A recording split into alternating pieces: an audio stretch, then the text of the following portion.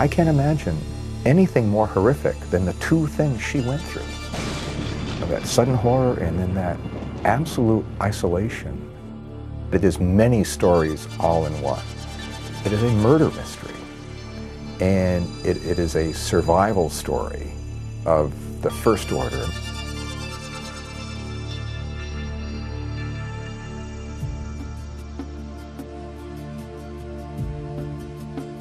I remember that we had a very happy family. My dad taught us a lot about the out of doors. Tere and her father are very close because she liked the things that he liked to do. And she had an older brother, Brian, and then she had a younger sister, Renee. It was my dad's dream. He always liked boats. His dream was to live on a boat and go around the world. He came up with the idea that we were going to charter a boat to see if we could handle, you know, being on the water. They went down to Fort Lauderdale, Florida in the fall of 1961. They chartered this boat called the Bluebell, and it was skippered by a former Air Force fighter pilot named Julian Harvey and his wife. They had spent several days out on the Atlantic, spent an afternoon on one of the islands in the Bahamas, and for some reason that isn't clear to anyone at this point, decided that they were going to sail at night. We were all excited because we thought, wow, sailing at night, we hadn't done that. And it would seem like a very nice, you know, friendly evening, and everyone was fine. And she goes to sleep surrounded by her family in this beautiful place on this great adventure. And then all of a sudden, just like that, in an instant, she's in the most unimaginable nightmare. Then I woke up to my brother screaming, and he was screaming, "Help, Daddy, help." It was one of those screams that you knew something bad was happening. You knew that he was in danger. I decided to go up on deck and find out what was happening. As I came out here, and this would have been the kitchen, my mother and brother were lying there, and there was a big pool of blood. I don't know if I knew they were dead. I thought I saw blood in one area of the cockpit. I also thought that I saw a rifle.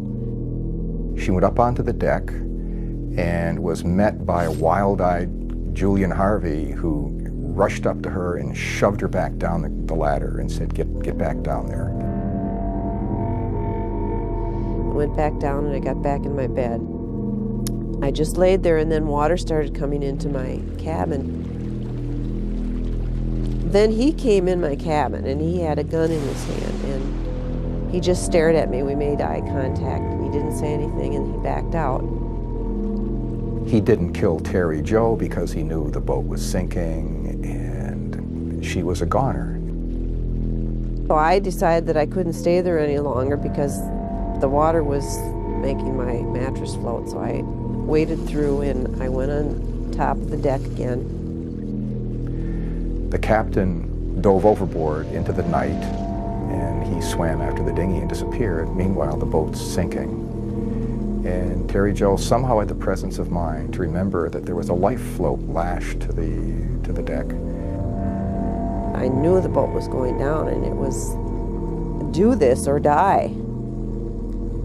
I scrambled over the sails to the top of the deck where I knew a cork raft was, untied it, threw it over the side, and got in it. The line on the float actually snagged on the Bluebell for a moment and pulled her and the float underwater, but it freed itself and she came back up. That was the first time I really was afraid, because the way Harvey left me there, I knew that something bad had happened, and I was afraid of him, and that's why I didn't say anything. I didn't call out. I stayed, you know, perfectly still. It was like I was trying to hide, and here you are in the middle of the ocean in a little raft. How can you hide? The boat was gone. No lights, nothing.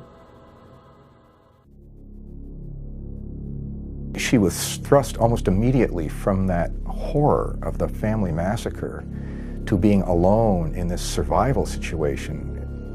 To have that happen To see the bodies of her brother and her mother, and then to be all of a sudden alone on the sea. I was just alone. I don't know how to explain it. I just sat there and just coped. She floated the 200 miles out into the ocean. There were a number of ships that came past and didn't even see her. A few days later, Julian Harvey was picked up in the Bluebell's dinghy, and he told a story about how the night before there had been a squall that had come along, dismasted the Bluebell, and the Bluebell's main mast plunged all the way down through the decks of the Bluebell and holed it. And he said basically that he was the only survivor. He wasn't able to rescue anybody else off the boat. Search planes spent literally days out there looking for her, or looking for survivors. The life raft that she was able to get off of the Bluebell was white. Wave caps are white. And it was just impossible to see this little white oval thing bouncing around on the ocean surrounded by these white waves.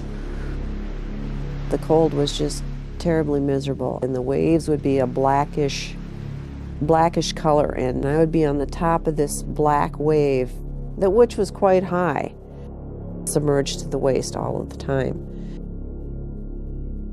She spent 4 days floating, just floating on the ocean, and was very near death when she was picked up.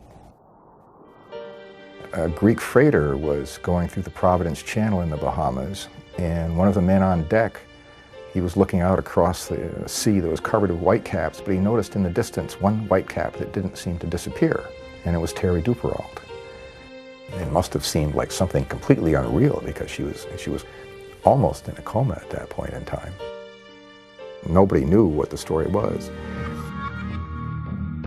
When I was in the hospital, Captain Harvey was being interrogated by the Coast Guard, and they interrupted whatever was happening to say that a survivor was found. And as soon as Captain Harvey heard that news, he asked to be excused from the hearing, and he walked out. The next morning, a maid went into a room in a motel in Miami. She found Julian Harvey in a pool of blood, and he had evidently slashed himself and bled to death. The Coast Guard concluded that Harvey killed everybody based on her testimony and the implausibility of the things that he said, plus his past history, devious behavior and insurance fraud and boats sinking, boats burning, airplanes crashing, wives being killed in automobile accidents. It is a fact, he had taken out a fairly large insurance policy on his wife. It's hard to even imagine for an 11-year-old. She just witnessed her family die, and now she's all alone and she doesn't know what the future is. I was the first one that could go in to see her. I gave her a nice big hug, and then we were just trying to be as much normal as we could be all the time. She didn't have her immediate family, but she had the next closest to her. I love my aunt and uncle dearly, and to this day, they're my parents. But at that time, I never wanted to let go of my mom and dad, and so growing up, it was very difficult. I didn't believe my father was dead because I had not seen him. I would just pick up and leave on a whim. So I would drive to like North Carolina beach or Florida the beach looking for my dad. I was always searching. I did that for many, many years until I was about 35, then I accepted it finally.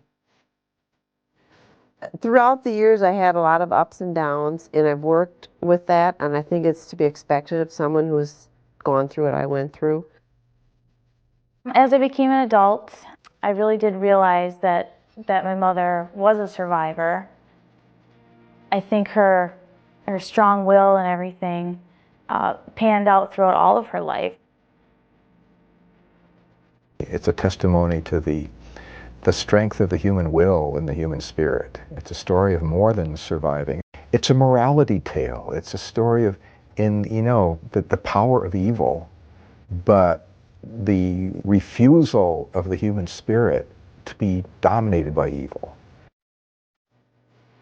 I'm so fortunate that I had my family. I hope that I can just continue to be healthy and happy and, have the wonderful love that I share with my family and friends, and that I hope that that can be always that way.